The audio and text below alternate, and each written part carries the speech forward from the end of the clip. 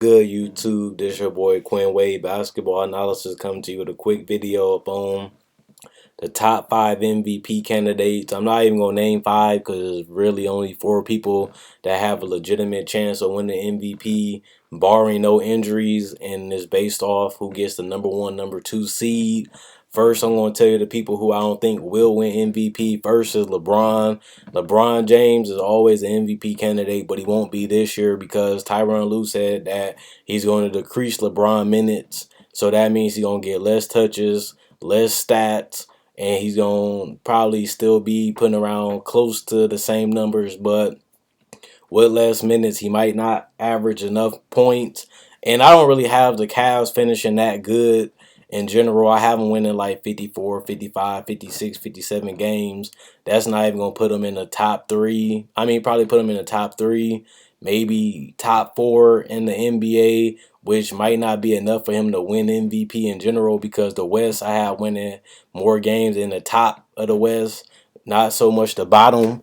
So he might not win enough games to warrant an MVP, and he's going to have less minutes, so that's going to decrease his chances of being the MVP. Next, I have Russell Westbrook, just because I don't have the Thunder winning that many games. They're not that good. They struggled in preseason. I know don't make a big deal out of preseason, but they really struggled. They lost a lot of games. They lost to a non-NBA team and beat another NBA team, non-NBA team by 3 points. They're going to struggle offensively because they don't have that much shooting. The lack of shooting going to kill them because all they had to do was wall off Russell and Victor and force them to take tough jump shots, which Victor and Russell can't really make in general. They barely can make a wide open jump shot, so it's going to be harder when they taking contested double teams and traps because nobody's going to allow them to shoot because they can't shoot.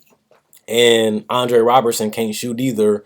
Steven Adams can't shoot either. And on top of that, Enes Kanter can shoot threes to a certain extent, but he is a good mid-range player and a post player. I think Enes Kanter might even be the best player on the team because he's the most versatile with his post-up scoring, his mid-range, and his free throw scoring. He has multiple ways of putting the ball in the basket.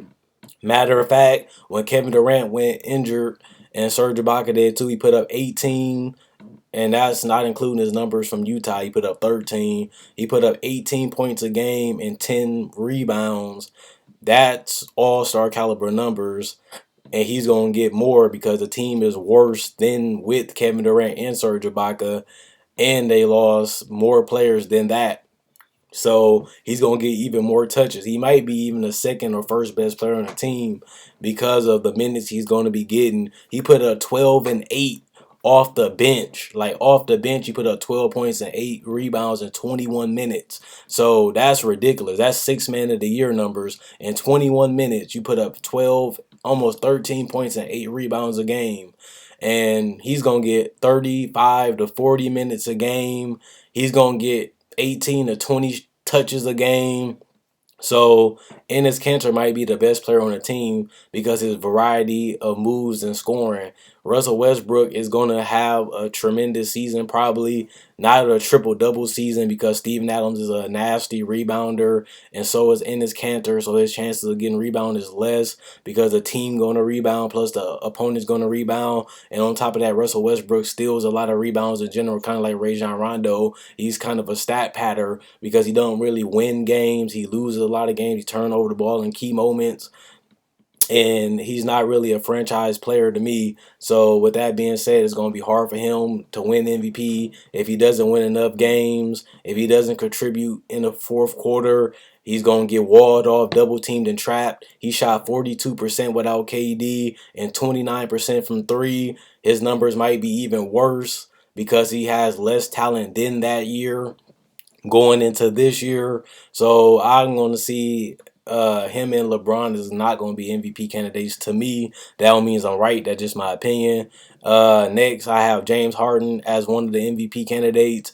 Just because he switched to point guard, which means he get more touches, more ball in his hands. He's been putting up like 20 and 10 every preseason game. So if he can put up 20 and 10 and they win 50 games or even 45 to 47, and he gets 20 and 10, that's going to contribute to him being the MVP because He lost Dwight Howard. He got Eric Gordon and Ryan Anderson. Clint Capella is another person he can dump the ball off to and get dunks and drop off passes. That's going to up his assists. Ryan Anderson, a knockdown shooter, same with Eric Gordon. That's going to up his assists. Plus, he can score anytime he wants to because he can get to the free throw line. He can knock down mid range. He can knock down threes. And now he can score a little bit more in the flow of the offense instead of always having to create his own shot. He can score within the offense now and get some transition buckets, some spot up threes, some pull up mid range, and probably some layups and some dunks every once in a while because of Mike D'Antoni's system going to allow him to get some easier baskets, which should up his efficiency, which he always struggled with since he went and became a franchise player because everybody gunning for him to stop him. And that's what I'm saying. Russell Westbrook going to struggle because they have the lack of shooting. Plus, on top of that, everybody's going to be gunning to stop Russell Westbrook. The game plan is like take Russell Westbrook out of the game and let everybody else beat us. And that's why Enes Kanter going to get more points because he going to have to rely on Enes to get a lot more buckets to help them win. And James Harden gonna be he been the same way, but since he can shoot, it's harder to guard him because you got to guard the drive and the shooting. Russell Westbrook can't really shoot, that's why he's gonna struggle. And he always been a bad field goal shooter and 3-point shooter in general, so he's always been struggling. Even with KD, the highest he shot was 45%, and he's been usually lower than that without KD. And next, I got Kevin Durant and Steph Curry, just because they going to have the number one seed in the NBA probably, or the number one seed in the West, or at least number two. They going to get a lot of spot ups, a lot of mid-range, easy buckets, transition buckets because of their defense and their ability to get steals and run a fast break. They going to get a lot of easy buckets just because of their spot ups and their transition offense.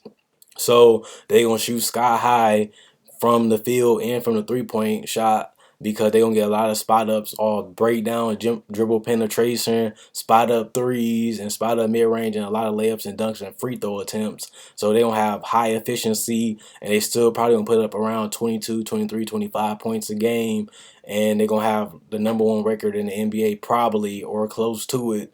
So they're going to be MVP candidate just because of that. And the person I have winning MVP is going to be Kawhi Leonard because he is the best defensive player in the NBA, the most versatile defender. He shot 50 and 44% from three last season, came second in the NBA, and Kawhi Leonard can carry a team. And he has Paul Gasol, another facilitator, another passer that can pass from the post. That can help him get more mid-range threes and some transition basket off rebounding and outletting the pass to the fast break. So Kawhi Leonard probably gonna get easier buckets just like Steph and KD, and he's gonna be hopefully getting more touches so he can up his scoring average. Because Kawhi Leonard can put up the same numbers he put up last year, but just score the ball more, probably get a couple more rebounds. He averaged 1.8 steals and 1 block a game. And on top of that, he scored 21 points and 50% from the field and 44% from three.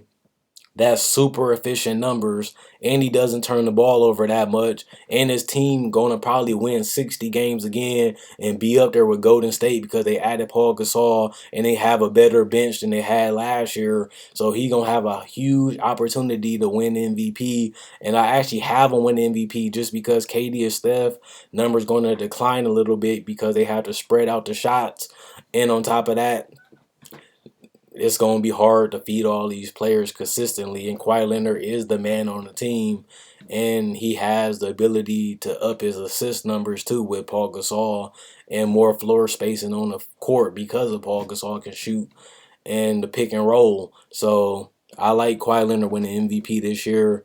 Him or James Harden has the best chance because they going to have the most touches and they still going to win enough games to warrant the MVP discussion. But same with Steph and Kevin Durant. They've been averaging 20 points a game in preseason. I wouldn't be surprised if they do it again in the regular season because they're born to score and they born to get buckets. So that's what they're going to do. Even if they have a lot of talent, they still going to find a way to put the ball in the basket. Let me know what you guys think. Comment, like, subscribe, and share. Quinn Wade Basketball Analysis signing out. And let me know who you think going to be MVP.